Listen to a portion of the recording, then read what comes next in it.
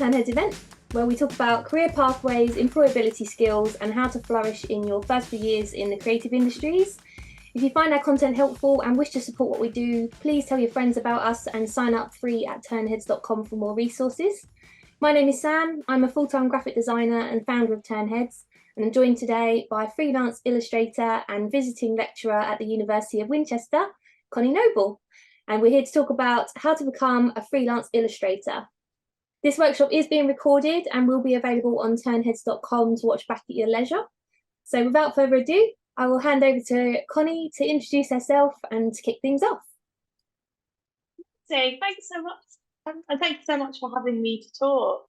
Yeah, like Sam said, I'm Connie Noble, and I'm a freelance visiting lecturer, lots of other things that I'll go into shortly. I'm currently based in Brighton, so Brighton in the UK, but I've lived in London and in Paris, and those are the top places. But now I'm based back in Brighton, which is where I also did my art foundation before going to study at University, and I graduated from there in 2019, so just before the pandemic and everything went scared. So I thought I'd show some of the work I create and the areas that I work in.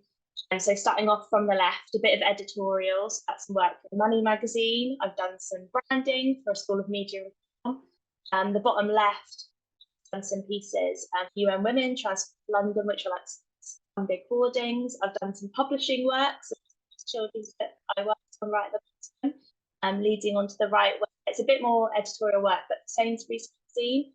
And then just above there's the couple of the child, that's some work for a water company. And then on the right is a map of Well of Tokyo, which is some self-initiated. So I create work like this, but I also create other types of work, which I'll go into as well. So the clients I work with include Red Bull Media, Channel 4, TFL, Sainsbury's, Blue Heart, University Press, UN Women, Small Batch NHS 152 and UCL. So those are just a few, but some ones that I'm really proud of. But just think over the past 2 years, really, maybe spanning to 3. My studio currently looks like this. So that's my desk in the left, and then a closer view on the right. With 9 other illustrators and 1 creative writer and filmmaker. So we're based now in the Phoenix Art Building. If you know Brighton, you might have seen it. You might have come and seen an exhibition there. But it's a really lovely space. And then just above is lots of artist studios. I think we're the only group of maybe more than 2 or 3. So we've got like the largest studio there, but there's hundreds of people there. I think there's maybe like 150. So lots of people. And it's been really great to sort of meet them all, because before this space, we were based in a smaller studio where there was 8 of us all together, but it was 3 floors, so there wasn't many. And then just before I joined the studio, I had my own studio who's also an illustrator. And that was just 2 and 1 other person who came in occasionally. So we've moved around a lot, but this is our most recent space that we've moved to.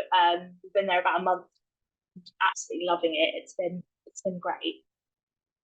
And so when I'm not working on commercial projects, my work sometimes looks a bit like this. So I have lots of different, streams of avenue as an illustrator. There's different ways that I make money, but also different ways that I feel myself creatively. So I do a lot of markets, but my work, although it can be prints and commercial work, can also be ceramics. I've just started with a lovely ceramicist friend, Taylor, and she's called TECR.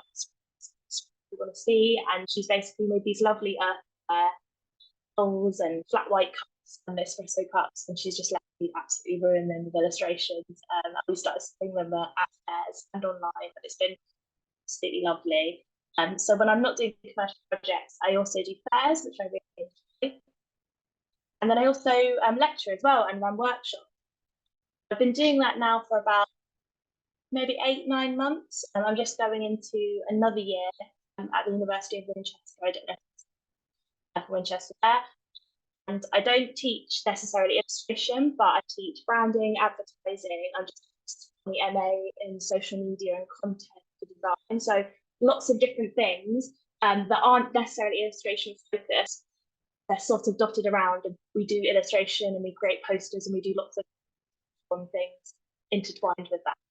So I thought I'd start right at the beginning So I graduated in 2019 and decided I really just didn't want to do any more illustration. That was it. I just wanted to have a really big break, and sort of focus on earning a bit of money and not stressing about lots of different things. So I moved to London with some friends. I lived in Shepherd's Bush. Don't know if anyone lives or knows of Shepherd's Bush, which I loved. Um, but I just wasn't sure what to do. So I did some admin for a production company. I did some running for a production company. I ended up sort of moving into the world of TV, which I thought I really enjoyed, but was also super, super stressful in London. Um, and I did a few other bits and bobs. I did some nannying, and was there for about a couple of months, maybe nearly 3 months. And then I just thought, I can't do this. It's too expensive. And I came home back to Brighton, which is where my parents live. Um, and I sort of took a look, sort of long look about what I wanted to do. And I thought, I want to do something creative, but not necessarily illustration. So I worked at a printmakers, and sort of helped assist like screen printing work. I did some stuff for Boy George, which was crazy, just printing some of his work, which was really fun. I worked in an illustration shop in Brighton called Douse, which I loved. And then I got a job 2 days in London, which was amazing. But it was just doing social media for an illustration agency. So again, wasn't necessarily illustration, but it was all this experience where I was just learning about different areas of the creative arts, and printmaking and illustration, and learning lots of different sort of skills and meeting lots of different people and sort of broadening my network. So I did that for about 4 or 5 months until March 2020 when the pandemic hit. And it was about 3 weeks before, and I got a full-time job as an illustration agent, as that's where my sort of work was leading to at that point, because I was doing a lot of admin and social media, and I thought maybe I'd do some project management. But because I started at the pandemic, I didn't necessarily get to go into the office and sort of have the normal working 9 to 5 job. I was working at home straight away. I think the pandemic hit maybe on the second day of my job. So I moved straight back to working in the house, which you can see there. I moved into a house with my partner and some friends, and we were just stuck at home basically for the next 6 months. And I worked as an agent full time there before being furloughed for a year. Just because everything was a bit up in the air. So that was my sort of journey. But how I started doing illustration was when I got furloughed, I sort of thought about my work and thought about what I was doing. And I realized that the thing I loved about being an illustration agent was learning about the jobs. And all the time I was looking at all these amazing projects and going, oh, I wish I was doing that, rather than the person who was project managing it. I actually would have been the person who, I'd like to be the person who illustrated that. So I used that time when I was furloughed to basically broaden my portfolio, send out emails, reach out to clients, broaden my network, which I'll touch on in some other slides. But that was sort of my starting point of like, okay, I really need to figure out what I need to do, which I realize is a huge privilege. And I thought I'd just mention that because having that time of being furloughed, where I sort of could think about what I wanted to do, was probably the reason why my career started at that point. Whereas I think it maybe would have taken a couple of years afterwards of doing some part-time jobs and pushing my portfolio that way. But it was a really, really useful thing, if not really stressful, because I was thinking the whole time, oh God, if this doesn't work out, I now also don't have a job. So it's a bit of a double-edged sword, but it worked out in the end. So I thought I'd talk a little bit about getting your first commission and talk about how I got mine. So when I was furloughed, I'd had a couple of commissions before that, but they were very low paid, or I just did them for free. So they were sort of favors for friends or things that I just did to put in my portfolio. But the very first proper commission I got wasn't necessarily this one. This was one I did for a small shop in Brighton, but the first long-standing one I got was doing Sainsbury's. So I was their in-house illustrator for about a year, but as a freelancer.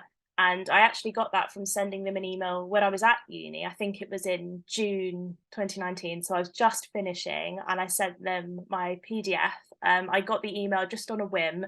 I typed in Sainsbury's magazine art director on Google and it just came up. So I think I got really lucky. And emailed the art director there, and she replied like, "Oh, really nice, but like, see how your portfolio progresses. I'll keep an eye on you over the next year and see what happens." And then actually not for 2 years, I didn't hear anything. And then I think it must have been around the similar time, maybe April or May 2021. I just got an email and she was like, oh, do you want to illustrate the magazine for a year? And I was like, I would absolutely love to do that. Thank you so much. So it's a interesting thing where I'd sent that a really long time ago and I hadn't followed up. I hadn't, really heard anything from her. She hadn't, touched base or seen what I was up to, but she was following me on social media and could see that my portfolio was developing and that I'd taken this leap into freelance. And I think it just shows, if you want to get that first commission, it doesn't necessarily need to be someone where you're just snapping them at the right, right place, right time. It can actually be something that, you planted that seed a really long time ago, and then you're just hearing back about it now, which I think is something that's, really great. You should always be sort of planting those seeds and reaching out to people, because you never know what could come from it. Really just broadening your network. And I think the email I sent to her was just a cold email where I just said, this is my portfolio, I'm graduating now, I love what you do.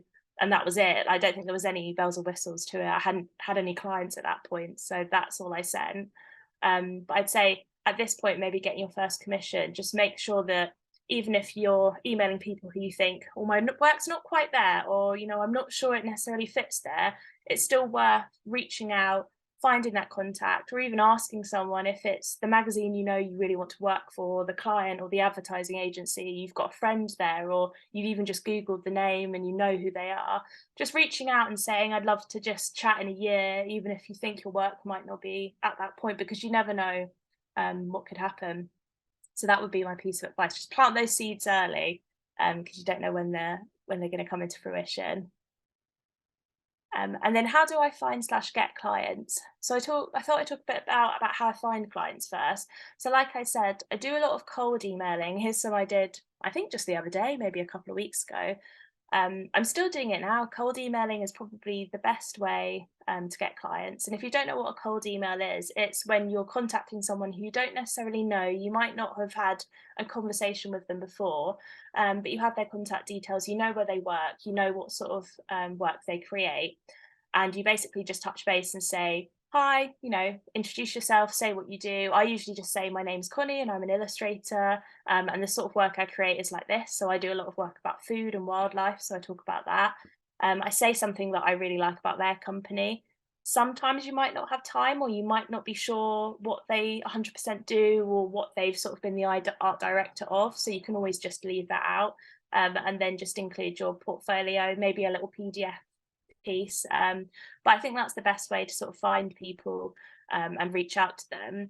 And the way I find the client emails is I use the AOI lists. I still use them. I think they're great. I think I bought them as a studio. So I think if you go on the AOI, which is the Association of Illustrators, they actually have some PDFs which are full of contact details for art directors and editors, and producers, lots of different types of people who commission illustration.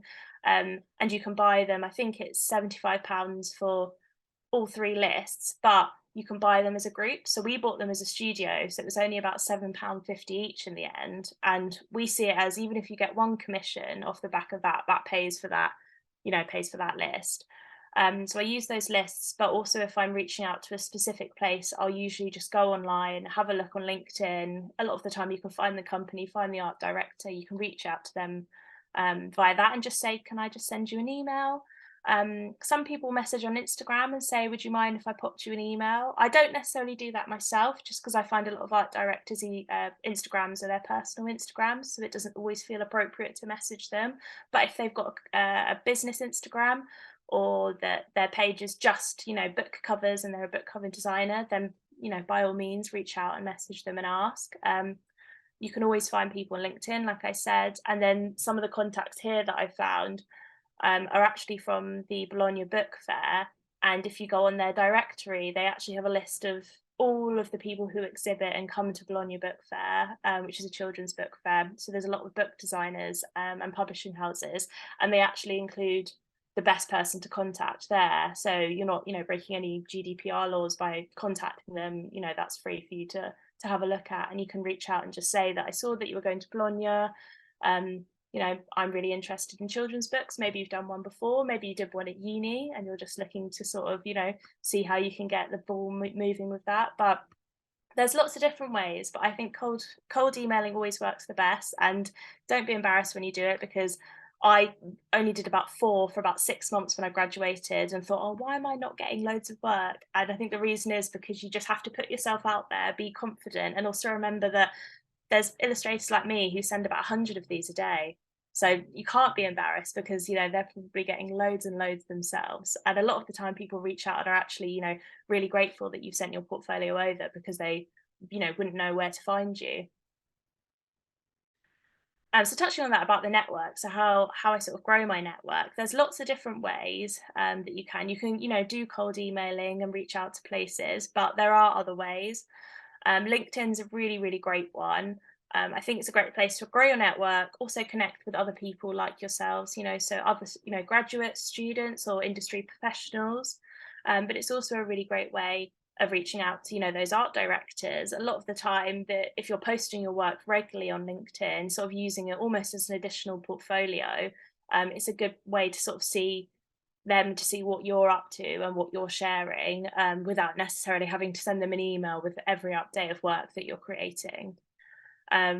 Also, yeah, with other social media places, so like Twitter, which is called, it's called X or something now, but X is a really good way to sort of, you know, share your work for free.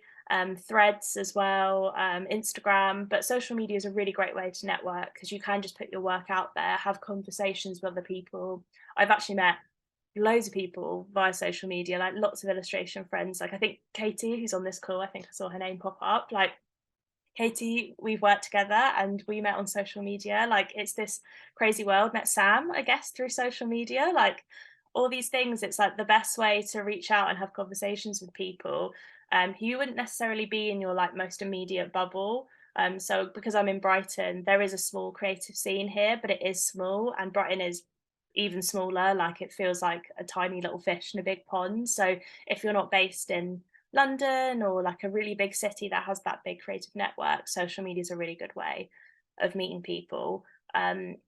From that, I actually got invited to a Slack group called Random Colours, which is like an illustration Slack group. And I've joined a few, but I find that one's the most useful in terms of like people having conversations and talking about what's going on and getting advice about money, jobs, contracts. But there are lots of Slack groups, not just for illustration, you know, for loads of different creative practices. And they're really great because you're meeting people, but it's in a sort of closed environment. So you're not just putting your work out there for everyone to see. You can actually ask, you know, questions that are really important, or, you know, screenshots of something that you're like, oh, I'm really not sure on, but you wouldn't put it out there because you don't want the client to see it on social media. So Slack groups are a really good place to join. I think the Arena have a really good one that's quite like, it's always updated, and they're an organization that do mentorships as well. So they post loads of different things and graduate jobs. And then the last one would be like, you know, having a studio space. I know it's not always the most accessible thing for people to do, but if, you know, you really want to, you know, pursue freelance illustration, a lot of the time you will be working on your own.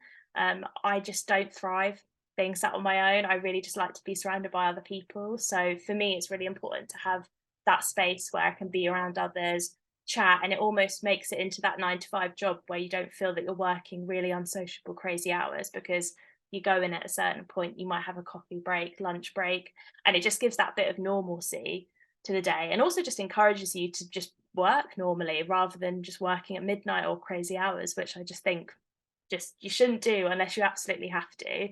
And also having a studio is always tax deductible. So even though you're paying that money up front, so I think my first studio space I paid 140, and this was the first one there actually. The second one I was in, I paid 118, and now I pay 110 because my space is a little bit smaller, but because I share with more people, but it's bigger in terms of surface area. But all of that money is deductible, so I claim it all back on my expenses. So even though you have to pay a little bit more at the start, it's all deductible, so it makes sense. And then portfolio and website. So I thought I'd show my website. It's not the best. And I was saying to Sam just before we joined, I really want to have a proper, well-made, like, I don't know, a website that isn't just a sort of random allocation of squares, but it also really works because it's the simplest way to sort of showcase your work and art directors see it right there in front of you. I use Cargo, but there are lots of other ones. There's Wix, Squarespace, not sure what the other ones are, but yeah, Wix, Squarespace. You can, if you have an Adobe account, I think you can actually set an Adobe portfolio account up for free. So if you pay for Adobe, you can have a website for free through them. And then Cargo, I think I pay £10 a month for, something like $90. I can't remember. It's not that expensive. And it's just a great way to make sure that when you're sending your work out to art directors, it's constantly updated, it's really user friendly, and you can just drag and drop everything that you need to, which for me is the best bit, because I just like to be able to drop my work on there, leave it there, and then people can, you know, have a look if they want to. But if you don't want to pay for a website, which is absolutely fine, you can use social media. Instagram is a really great way of having a free portfolio. You can obviously share your work on there in the same sort of structure as Squares, but you can also show your work in progress. You can still link that to art directors. I mean, I think having a website is important, just because I think it shows that you're professional and that you're feeling, you know, that this is your business, this is what you want to do. But if you're just starting out or you're still at uni, I would say having just a social media that you keep updating is also just as useful as having a website portfolio. And then I thought I'd show some sketches. I wanted to show these because they're just not that different.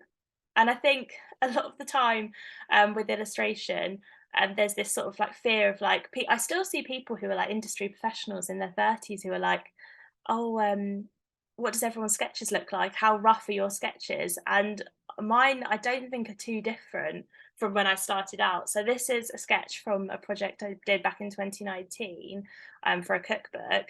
And then in 2023, this is one for an Austrian magazine.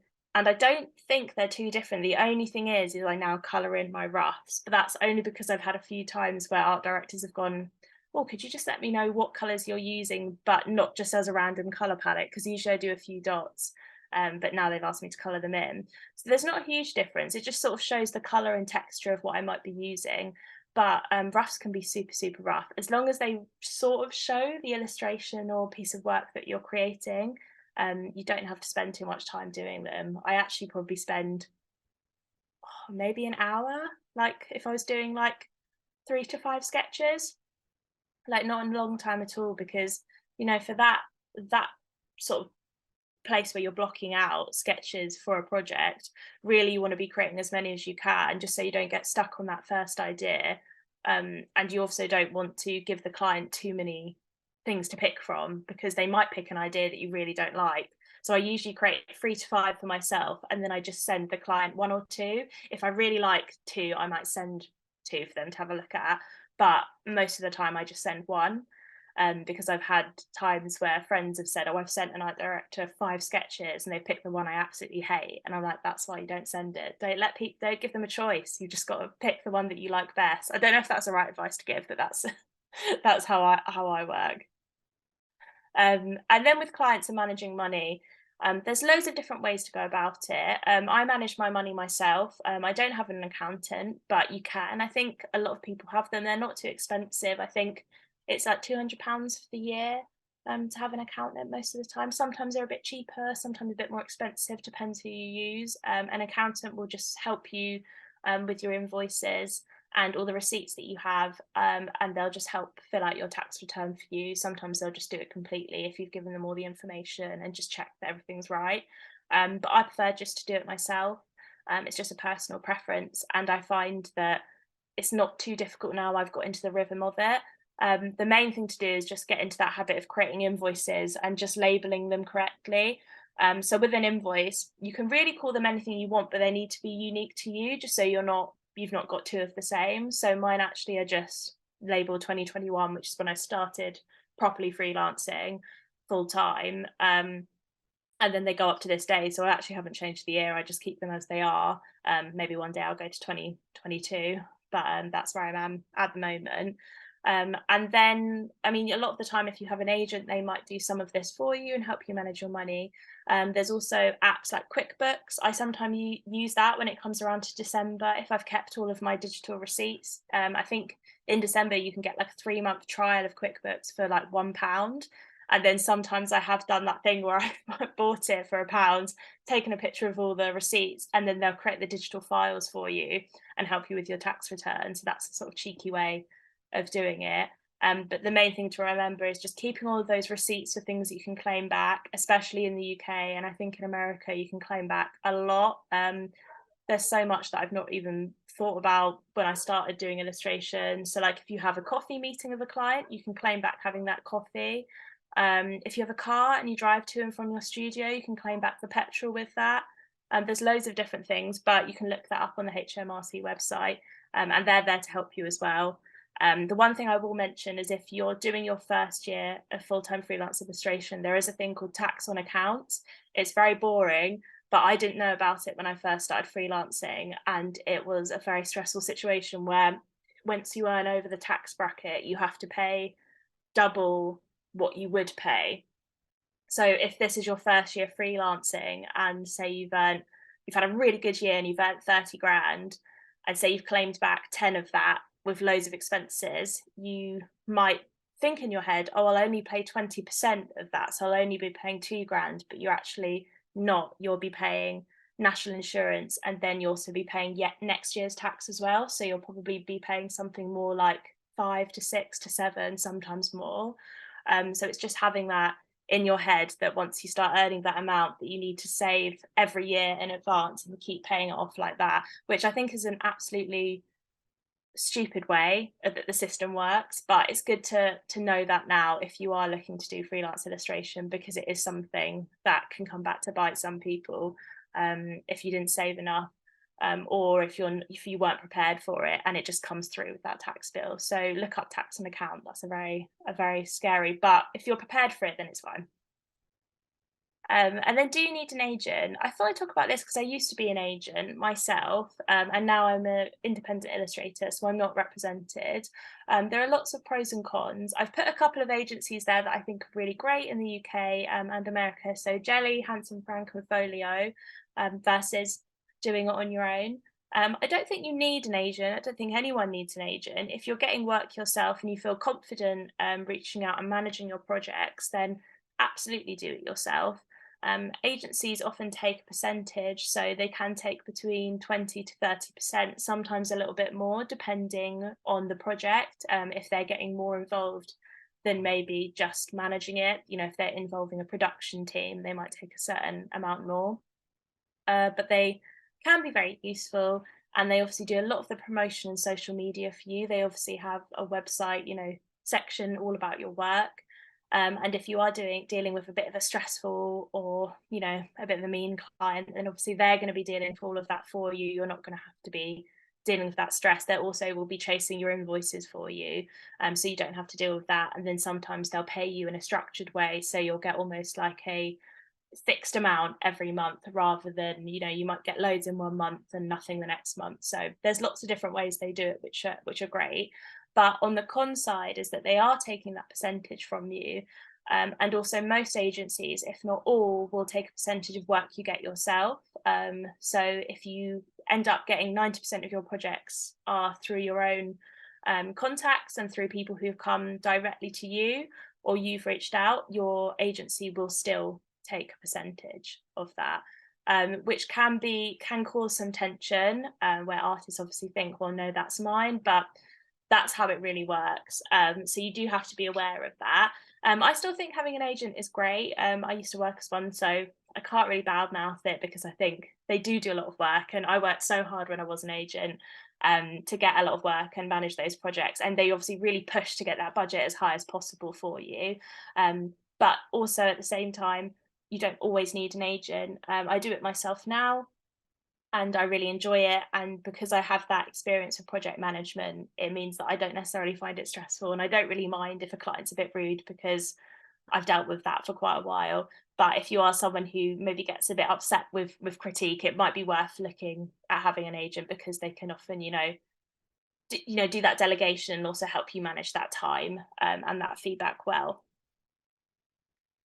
Talking about money, I thought I'd touch on funding as well, because that's something that I've been really lucky to be allocated with. So something I wasn't aware when I went freelance is that there's funding for individuals who are freelancers, and it's called Developing Your Creative Practice, or DYCP for short, and it's funded by the Arts Council England. I think it's used taxpayers' money, I think, or maybe National Lottery. I'm not 100% sure, but the grants range from, I think the minimum you can apply for is maybe £1,000, and the maximum now has been increased to 12,000. And with that, you're basically applying for funding to push your creative practice and basically build on it.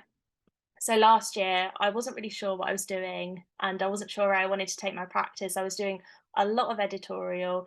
I just finished my contract at Sainsbury's, and I really wanted to get into children's picture books. But because I'd only done a BA in illustration animation, I hadn't necessarily done a focus on picture books. I wasn't sure how to take that next step.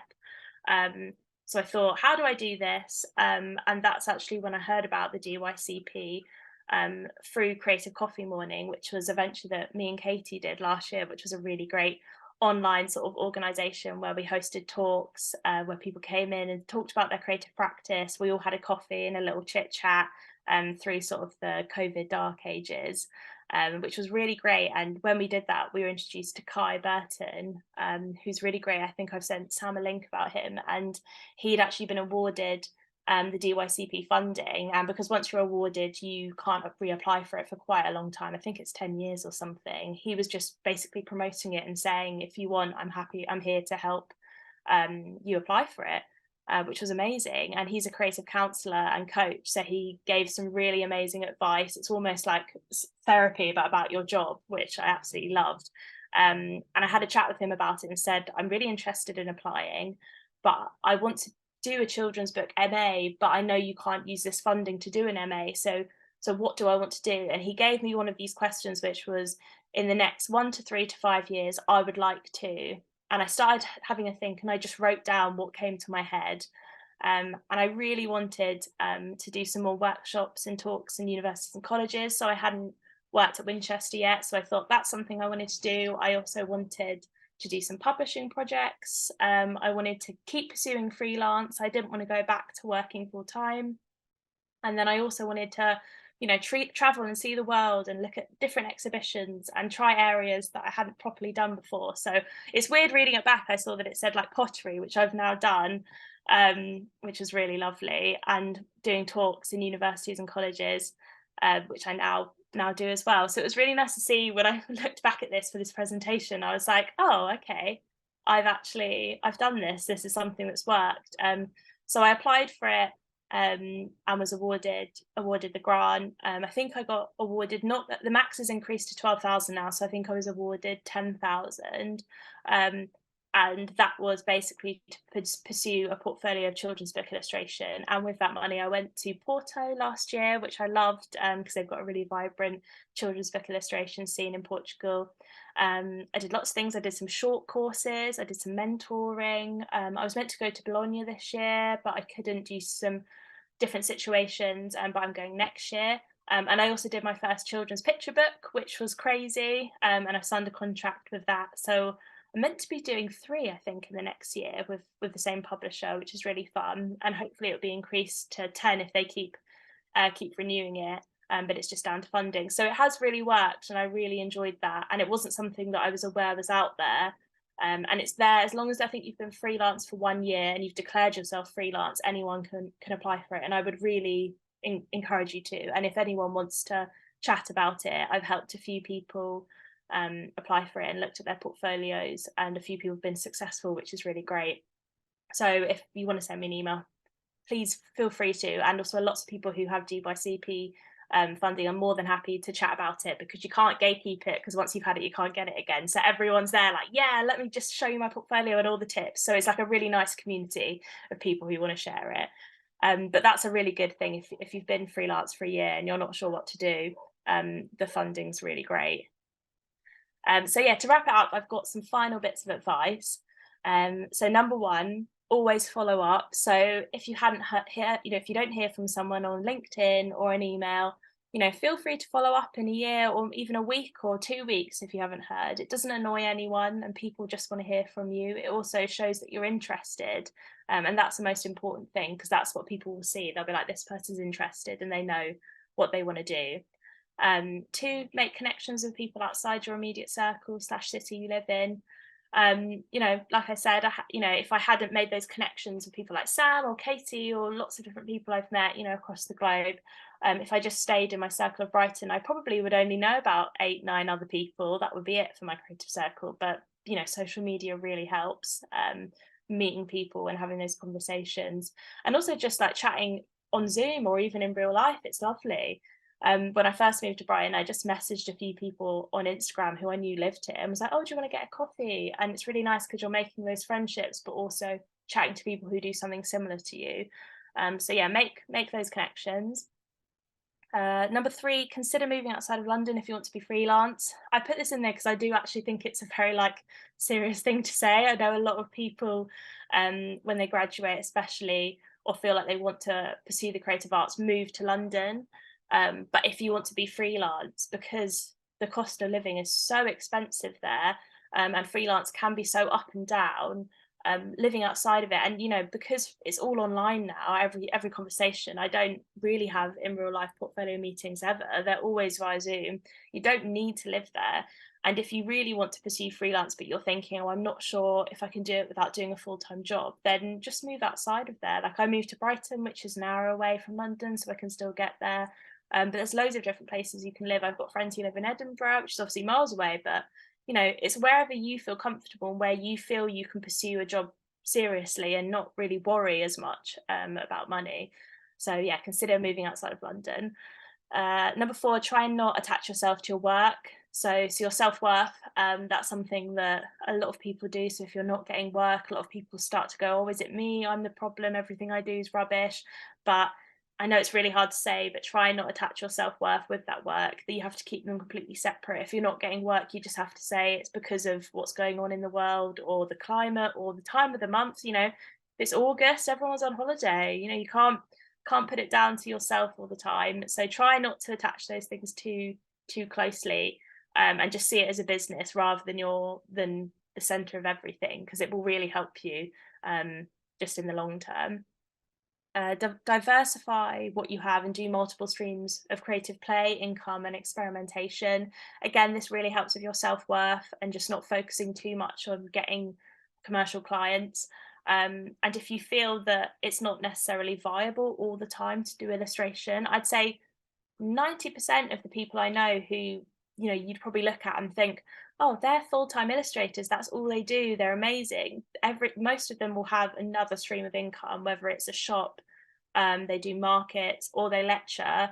I'd say like 90% of my friends also lecture now, which is crazy, but it's a really nice way of making a bit of additional money and passing on your knowledge, without really sort of distracting you too much from what you're doing as your work. But also I've got friends, my partner works in a shop part-time now. Like it's just those different things that you can do that make sure that your life's a little bit more sustainable. And there's no such thing as like, you know, feeling negative about part-time job. There was a really great piece, I can't remember who it was by, a couple of years ago, which was this artist who had made a list of all her part-time jobs whilst being a professional fine artist. And it was just great to see that she'd done hundreds of different things, but still called herself an artist because that's what she primarily did. So yeah, you know, do lots of different multiple streams. You don't just need to have one. 6, approach people with politeness. Just when you're reaching out, just always be polite. If you're asking, especially industry professionals, for advice for free, just make sure you're being nice. Like, it doesn't hurt to just say like, but no worries if you don't want to answer this, no pressure.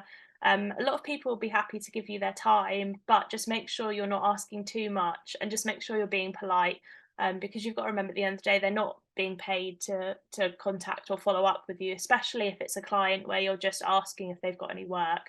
Just make sure that you're being as nice as possible, because you are taking time out of their day. And actually, if you're nice, they're going to be nice, and then you're basically friends, and then they have to give you work. So that's the way it works. And then number 7, remember your self-worth. So quoting low only damages the industry and yourself in the future. So when you're doing a project, even if you really, really want to do it, if you quote crazily low to a point where you're just not even making anything on it, it will just damage you in the years to come. And it also just damages the industry, because people will just start thinking that's what illustration is worth. So make sure when you're quoting that you're keeping, you know, if you're doing a project and you know it's going to take you 2 weeks, you know, pay yourself fairly. You might have done a university course, you might have been self-taught for, you know, a really long time. Just make sure you're paying yourself what you think you should be paid. And that isn't minimum wage. The creative arts are worth more than that. So make sure that you're paying yourself accordingly.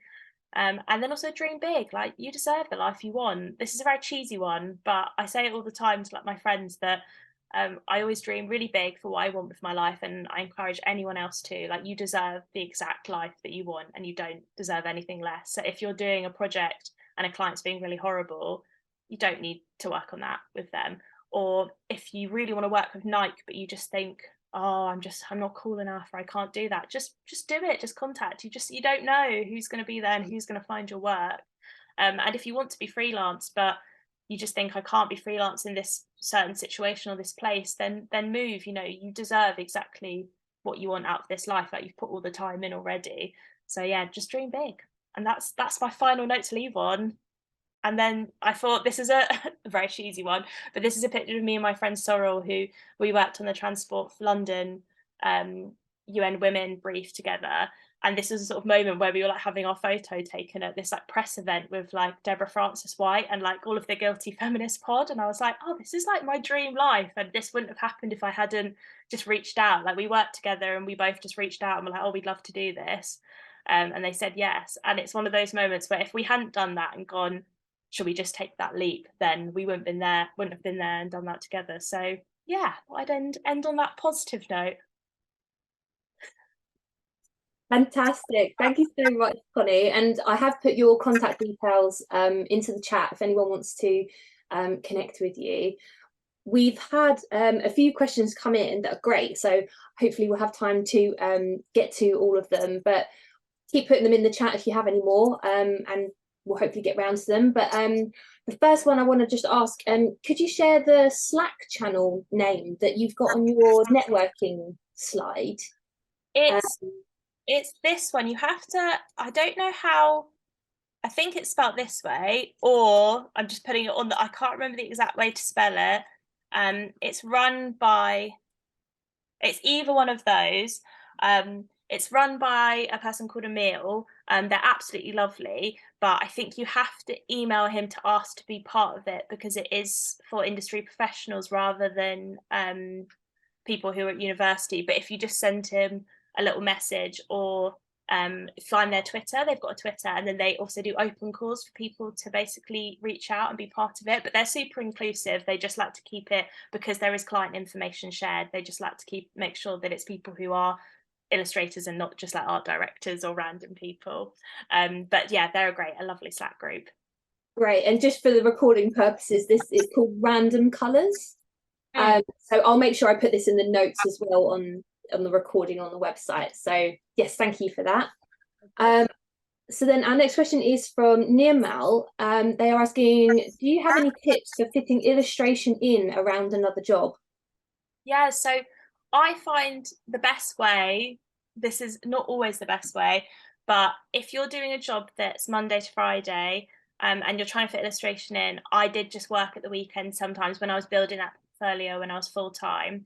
But if you're doing a part-time job, I found the best way is to just block it out like you would a normal job. So say you work on a Mondays and the Tuesdays at a shop, then I would block out a Wednesday and a Thursday and a Friday to pursue illustration. So sort of block it out like you're doing that 9 to 5. If you work slightly different hours, so if you work at like a restaurant or you do night hours, then maybe you work just an afternoon or something. You know, no one says you have to do the 9 to 5, but just do what works for you. But I find the best way is to just block it out like you would be doing the 9 to 5 job, because you get the most out of it that way. And also then you see it as a job and you see yourself as a business professional, rather than someone who's just doing it for a bit of fun. Fantastic, thank you. The next question is, do you have any tips for dealing with large amounts of changes from clients? Oh, it really depends on the client, I would say. So I've had quite a lot of clients where they want lots and lots of changes, depending on who they are. If they're asking a lot and I feel that they're asking for things that are a bit invalid, or they're just being a bit picky, or they're going back to things that I'd already said yes, and and the situation's just got a little bit awkward and I probably wouldn't want to work with them again, I ask them to pay me an additional day rate for changes. So I always have that in my contract anyway. So I always say that they have 1 round of amends at sketches, 1 round of amends at coloured roughs, 1 round of amends at finals, and then any additional things they want are charged at a day rate of 250, which is what I charge now. I think when I started out, I charged 150 for a day rate for amends. And usually they just don't want amends at that point. They think, oh no, I don't want to pay that extra money. So they'll just settle with it. Or if they do, then they can pay you that day rate. And then I just sort of chalk it down to whether I want to take it on or not. If they don't have the budget or the amends they're asking for are just small changes, I would just do them, because you think it's nice to have that relationship and make sure that you're keeping it positive. And although you might be doing a couple of amends now which are a bit frustrating, they might come back with another project because they know that you're really patient and great to work with. So it's really just about picking and choosing what you think is appropriate. But I always put in my contract, which I should have put in the presentation, but that I charge a day rate after those 3 rounds of amends. Yeah, so setting expectations early, I guess. Exactly. Yeah, absolutely. Katie's asking, please could I ask whether you think that digital illustration is generally preferred by clients, or whether you think there is also a place for traditional methods when working on commercial projects? I mean, absolutely, traditional methods have a place, like 100%. Most of the work I do, the clients who reach out to me reach out because they think my work looks like it's hand drawn, but then coloured digitally. But I do all of it digitally now just because I love using my iPad.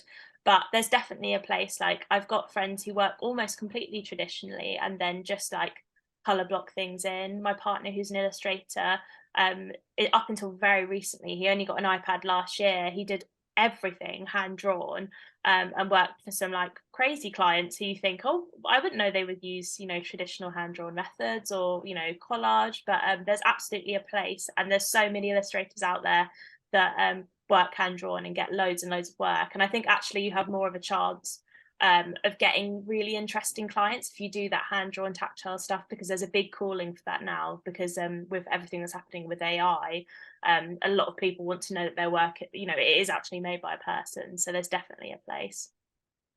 That's actually quite on topic. So there was another question that came in saying, how can you be successful when AI art is just everywhere and potentially hurting artists? I think honestly, it's just about being aware of it, and also being trusting that art directors do not work with people who create AI artwork.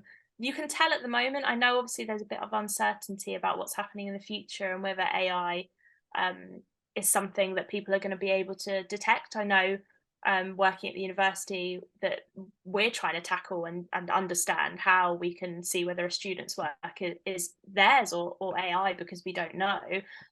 But you just have to trust that people are aware and that art directors don't want to work with AI. And I've been to quite a few talks. I went to one with Lauren Child, who wrote Charlie and Lola and Clara Bean about 4 months ago. And everyone was asking about AI there because everything she does is collage. But because she's so big, a lot of her work's been put into the AI training machine. And a lot of people, she's obviously being ripped off, and a lot of her work is being used. And all she said was that art directors aren't stupid and they know the difference, and that you have to trust that they're industry professionals and they would never work with places like that. And if they do, they get blasted on social media anyway. So at the moment, we just have to trust that they're industry professionals and that they would never do that. And they don't want to. Art directors and designers don't want to work with AI. And if they do, they're not the sorts of people and companies that you want to work for anyway. But I know that answer will probably change, but that's how I'm thinking at the moment. Interesting. Yeah, thank you. Farah is asking, how does pricing work, or what would you recommend starting out regarding how to price yourself? With sort of pricing work, it really varies. There's lots of resources out there. There's one that I don't think is updated anymore called Lightbox, which is spelled Litebox. And that has lots of resources on how to charge. The AOI is a really great resource, and the Association of Illustrators, they have a pricing guide as well. But pricing really is is easier said than done, and the best way to know how to do it at the beginning is actually asking clients if they have a budget rather than pricing. And if they contact you and say, what would you charge for this, you say, well, what's your budget? And a lot of the time they actually come back and say how much they're going to charge, and then you can maybe ask peers or reach out to other illustrators and ask them what they think, and then they can give you feedback, which is probably, being part of a Slack group or social media is a really great way of finding that out. But there are resources out there, but it's always best, if you're not sure, to just ask them what their budget is. And if they won't give you their budget, then they're weird, and they're probably not the right person to work with, because a client should know their budget. And if they, especially for illustration, because the budgets are so varied, so if they don't, then they're probably not a client that I would necessarily trust anyway. Yeah, definitely. Nora is asking, do you have any tips on creating a good portfolio? Oh, I mean, any portfolio is a good portfolio. If you've created your work and put it online, then it's probably a good portfolio. I don't like my website, so I'm not sure what to say, but I think as long as it's easy to view, there's not too many buttons on the side. Mine's an awful example of that. I have a list of projects, but I need to get rid of that. But as long as an art director or anyone, commissioner, can go on your website, see your work immediately, then that's a good website. And make sure that you've put an about page and a contact page, so it's got your email, because it is frustrating when you can't find the contact email of an artist and you want to work with them. And just make sure that you've also put any other links that you have. So if you've got a LinkedIn or an Instagram, you might want to pop that on there. But as long as you're just showcasing your work the best way. So if you've got landscape work, don't crop it to a tiny circle. Share the whole image. But I just share mine as squares, just because I usually find the center is where there's the most going on in my illustrations. But yeah, as long as a commissioner can see it, and it's vibrant, that's probably the best way. Fantastic. Jem is asking, how do you declare yourself freelance? Oh, how do I what? Sorry? How do you declare yourself freelance?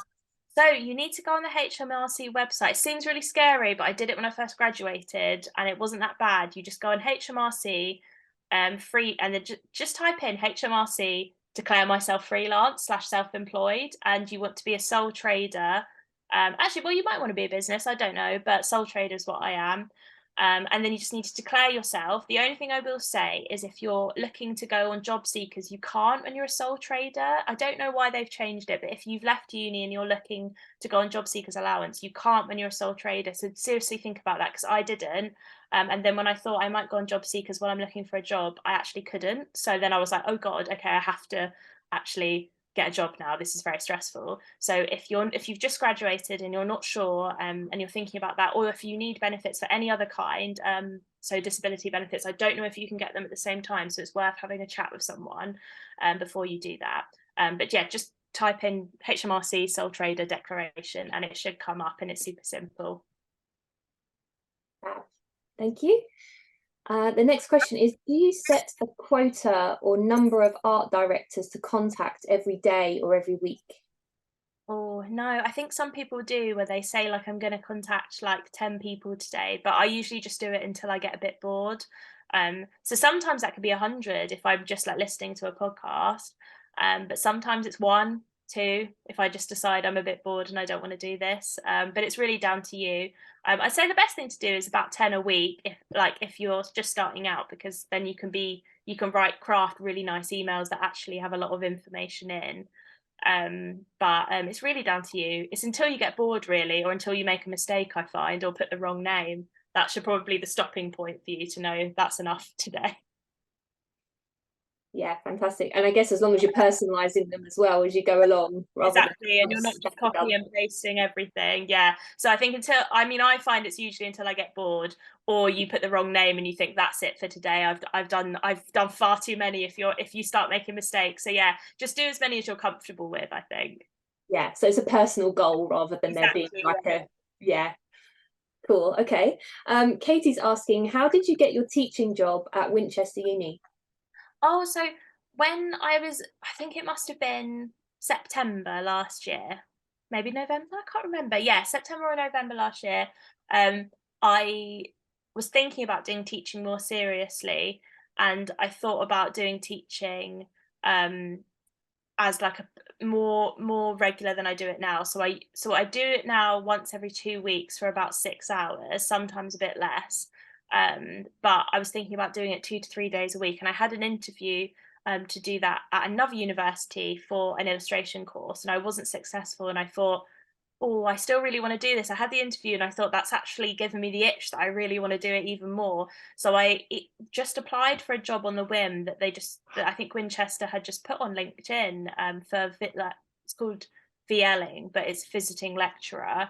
But they sometimes call it VLing. And I just emailed and then just had a call about a week later, and then started in January. And you don't necessarily need a PGCE or a PG Cert or a master's to do it. You just have to have the industry experience. So because I'd been an illustration agent and been self-employed and done freelance for like 2 years at that point, my boss just took me on and was like, I think you'd work really well on the BA. And so I did some hours for the BA, and then that progressed. Now I'm doing the MA, which feels crazy. But it's just been a sort of progression. But once you get in, and if you love it and you're good at it, it's quite easy, that progression. But it is just getting in at that right time. But for me, it was just fine. I think I just found it on LinkedIn. It's just being aware, and I set alerts for illustration lecturer, or like just those keywords. And then when they came up, I just applied them. Fantastic, thank you. Should just say, by the way, Sandy's asking for everyone's social media contacts if everyone's happy to share that and start a little network, which is great. Thanks, Sandy.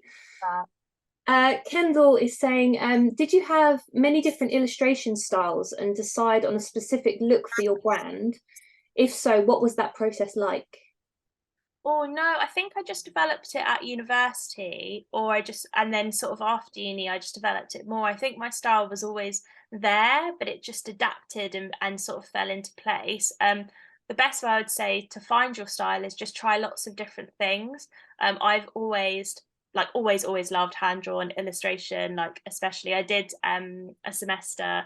Well, I lived for a year in France, but I did a semester at a French school there, and I thought all their illustrations were amazing. So I basically just sat and copied everything they did for a year and was like, God, you guys are so good. And that really helped me develop my style. And then when I came back to the UK, I basically was like, look how cool everyone in France is. And everyone was like, yeah, they're actually really cool. And then I was like, well, if everyone else is saying it's cool, maybe I'll just start creating more work. So it's just sort of taking that leap where you see something you really like and then you start drawing it, and then it develops into your own personal style. But just try lots of different things and see what works for you. And as a freelancer, there's a lot of finding the next project / failing / having no money at all. So how do you sustain yourself as a freelancer kind of mentally and not have to deal with that worry, not let the imposter syndrome, I guess, take hold? Oh, it's really hard. It's hard because sometimes it does get the better of me, and I think I start feeling a bit negative about it and stress out. But I would say if you really want to beat that, is having multiple streams of income to make sure that you're taking that pressure off doing it. Otherwise it will be there. It's not always the worst, and sometimes you can be really lucky. I've got friends who are constantly doing stuff because they do a really big project and it sustains them for 6-7 months. So I've done a few projects last year, especially. I did 2 animation gigs that paid me for the whole year, so I didn't have to worry. But I'm not always that lucky. So working at the university has really just enabled me to have that sort of stability, and has also just meant that I can focus on my illustration most of the time, like 90% of the time, and it takes that pressure. It pays my rent, pays for my studio. So if you are worried about that, I would say have another stream of income there. It doesn't have to be a part-time job. It could be having a shop. I've got a friend who earns most of her living selling just prints on the side. So you can do lots of different things. But when you need to get yourself out of that rut, I find the easiest thing to do is just asking and talking about it with other people, because everyone is going through the same thing, and that imposter syndrome is just in your head. And everyone has felt that at one stage or another. No one's life is perfect. So yeah, growing your network and chatting to lots of people really helps. I guess off the back of that, slightly, Farah's asking, if you're doing illustration as a side hustle to begin with, do you need to do anything tax-wise? Oh, not until you earn over £1,000. And I don't quote me on this, but I think until yeah, it's £1,000, but I think until you earn about £3,000, you should declare it if it's over 1,000. But I don't think it's going to worry anyone if you've only earned a small amount. It's not. It's when you start earning it as your main income that you should really declare it. But if you are just doing it, like doing some markets, and you know you're not going to earn over 1,000, you absolutely don't even need to declare yourself self-employed. There's no need to do that at all. I just did that. I don't know why I did that now thinking back to it. I think for some reason I thought, obviously I'm going to be earning loads of money. But I'm glad I did now, because it's really helped me. I'm in the process of buying a house, and I'm really glad I did it that early, because it's helped me backtrack everything for doing that. But if I hadn't, I don't know, I probably would have been really stressing. But it's good to declare yourself so you have it for tax records.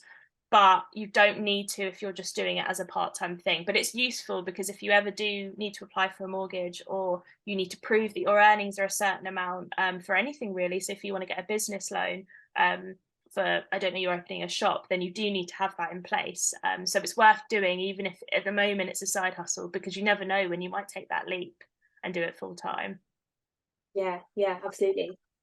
I'm aware we've gone over time, so are you okay to carry on asking? There's so many questions coming in that are really great. So other people are fine. Yeah, and you're okay, Sam. Yes. Yeah, absolutely. Yeah, the questions are amazing. So thank you. So yeah, Imogen is asking, she's saying, I'm a 2D concept artist / illustrator, but every time I look up those kind of roles for jobs, they ask for a 3D art like Blender, and a lot of other duties and skills that seem outside the job role. Is that something that I need to adapt to, or am I looking at the wrong jobs? Oh, I'm not sure. I think there's a really big call at the moment for 3D art, especially on Blender and other things like Cinema 4D. I think the industry really is sort of just screaming to fill that void. I've got a friend who's a 3D artist, and she does really well, but because it's a very difficult thing to learn and sort of perfect, and she's lucky that she does that. But she finds that is something that's very, very trendy, very, very fashionable. So a lot of jobs want that to be included. But I wouldn't say that should put you off applying for the job, because you've got to remember a lot of people don't know those skills. And even if you know the basics, or you know how to open the application, if you have an interview for somewhere, you could always do a bit of research before, and then be quite honest in the interview and say, I don't know loads about this, but I really want to learn it. And there'll be, I promise you, I don't think there'll be a lot of people who really know how to use it, because it's not something that is really cemented into you at uni. Well, it wasn't when I was there. So I think you're not looking at the wrong jobs. I think you should just apply for them anyway and see what they say. But also be aware that a lot of these agencies and companies at the moment are so desperate for these skills. Maybe it's worth you learning those skills, even just the basics, because it will make you stand out. And it is something that is really, really trendy at the moment. But I know that feeling. It's very frustrating, especially if you're a 2D illustrator. Maybe it's worth then talking about that, saying that if you really know you don't want to do 3D and it's not something you want to look at, maybe then instead of applying for those concept artist jobs, you should look more at sort of in-house illustration jobs that are slightly different, because I think a lot of concept artists, they want that skill there. So if you know you don't want to do that, maybe it's looking at branding for companies, something like that. I'm not 100% sure, but it might be worth learning if you fancy learning that. But at the same time, maybe it's worth applying for some different types of jobs, because they'll still, love your style of illustration. And if you love illustration, they'll see that through your work. But try not to pigeonhole yourself too much if you feel that they're asking too much, or asking things that you just know you don't want to learn. Yeah, and I guess just be really honest in your applications as well on what you can and can't do skill wise and software wise, things like that. Yeah. You can always in the interview say that, I really want to learn Blender, like I really want to learn how to do it. And I think people take that really seriously, and they go, okay, if you want to learn how to do that, maybe we can train you there. But yeah, so be honest, but also when you apply for stuff, like if it says 3D, don't let that put you off applying for it, because they might also just, when they say 3D, they might just say someone who knows how to do the basics. And if you've learned that at uni, then you already have those sort of skills that they're looking for. Yeah, absolutely. Because I guess if you're going in as a kind of in a junior role as well, then you might end up handing your work over to someone more experienced to do that 3D stuff. You never know. Yeah. Yeah, cool. Yumi, I hope you don't mind. I combined a couple of your questions into one. So Yumi's asking, how do you deal with rude clients or clients that don't pay? Oh, If you've ever experienced that. yeah, I mean, clients are quite often a little bit rude, but you just have to try and take it not personally, and also remember that everyone has a different tone over email, and especially if you're working with clients that aren't based in the UK. A lot of people speak very differently, and have different ways of sort of talking in a business, like in a professional setting. So I would say just try and be as nice as possible in response. But if they're being crazy rude or saying something insulting, then you can just shut it down and say, thank you so much for contacting me, but I think maybe this project has come to its natural conclusion. If you need me to finish anything off, then I charge a day rate, and then just usually they'll leave you alone at that point because they don't want to carry on. And if they haven't paid you, which happens a lot, frustratingly, I now just send an email saying I'll be adding on interest as per the Bank of England, because we're allowed to do that here. I think you can do that in most countries, but I'm not sure what the term would be. But I just say I'm adding interest, and it is at the base rate of Bank of England, and then I add my own personal interest, which I can't remember the percentage now. There's a certain amount that you can add as freelancer, and usually they pay within the hour if you start doing that, because they don't want to pay more than they have to. And if they still haven't at that point, then I think you can take legal action. But I've never got to that point, thankfully. Usually, after you start sort of threatening the interest, they don't want to pay it, even if it's £1. So that's what I do now. Yeah, great stuff. Kavinda, I hope I pronounced that right, says, how is AI affecting your freelance business? I mean, I don't think it's affected it so far. It's affected it in the sense that everyone's worrying about it. And I have actually, I'm not going to say who the client were, but I have worked with a client who got outed quite recently for doing a lot of AI stuff, and it was quite horrible. And I actually can't share the project now because I'm so embarrassed of working with them, which is quite annoying because I liked the work. But it's fine; these things happen. But they affected it in the sense that they chose to, but then they got so horribly bashed on social media for using AI that they actually then employed a company to do work that wasn't AI. So it's not affected it to that extent, but it's affected it in the sense that there's been these weird links where I've sort of seen it seeping in. But so far I've been quite lucky that nothing awful's happened. And actually, I think there are some positives of AI. I don't think there's positives in how it's used for illustration, but I will say that I use sometimes, like when I'm writing an email, like if it's a bit of a tricky email, I sometimes use AI to help me write it because I'm dyslexic. I find it quite difficult to formulate words and say things without getting in a bit of a muddle, and that can actually be really helpful. So I think even though there's lots of downsides, I think we have to use it as a useful tool to help our business. And if we know that there's things that maybe don't work for us that AI can help, maybe it's using it as a tool in that way. So there are pros and cons of it. It's negatively affected me in some small ways, but positively in the sense that I can write a very professional email now without spending too much time worrying about everything being spelt right. So yeah, so there's pros and cons, but I think it's just trying to use it in a clever way to help yourself. Yeah, definitely. Jem and you are both asking around the same sort of thing. So please can I ask how illustrators get a good reputation of their hand-drawn work and more kind of traditional arts-based work, I guess, to send to clients? Do you generally have to scan them in or take photos, I guess? Yeah, so I think if you do work hand drawn, just getting a really good scanner or using one at the library. There's one at my library that's amazing. I haven't used it before, but I see a lot of like students going in to use it. So yeah, just using a really good scanner and using Photoshop to then edit it a bit. But yeah, if you are doing hand drawn stuff, probably good to invest in a good scanner. And Georgiana's asking, I was wondering why you decided to get a studio instead of working from home.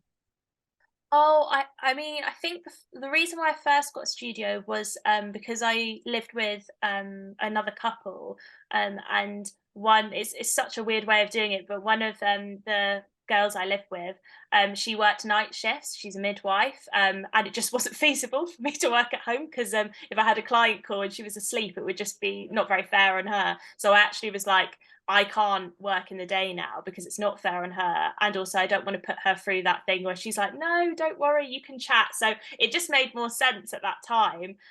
But another massive reason why I got the studio was because I just wanted to have a conversation with people, which weren't just myself and the wall in front of me. And my partner as well, he was working in the kitchen and I was working in the bedroom. And it just like the Wi-Fi wasn't very good downstairs. There was just lots of little reasons, but the main thing was so we could socialize. And like I said before, not working at home was really great because you can now claim everything back. So I found that it actually worked out for the best because it helped me with my taxes as well, to be able to claim that back. But it was just to be able to chat with people. I think that's the best thing about it. Fantastic. Yumi is asking, are there any support for speech impairment and mild dyslexia in art organisations or any freelance illustrator organisations in the UK? I'm not sure if you'll know this, or like if you've come across anything with Arts Council or for universities. There's help when you're applying to DYCP. I think you can get someone to help write your grant application for you if you have if you're neurodivergent or have a disability. So there are ways to get support in that sense, but when you're self-employed, I'm not sure 100%.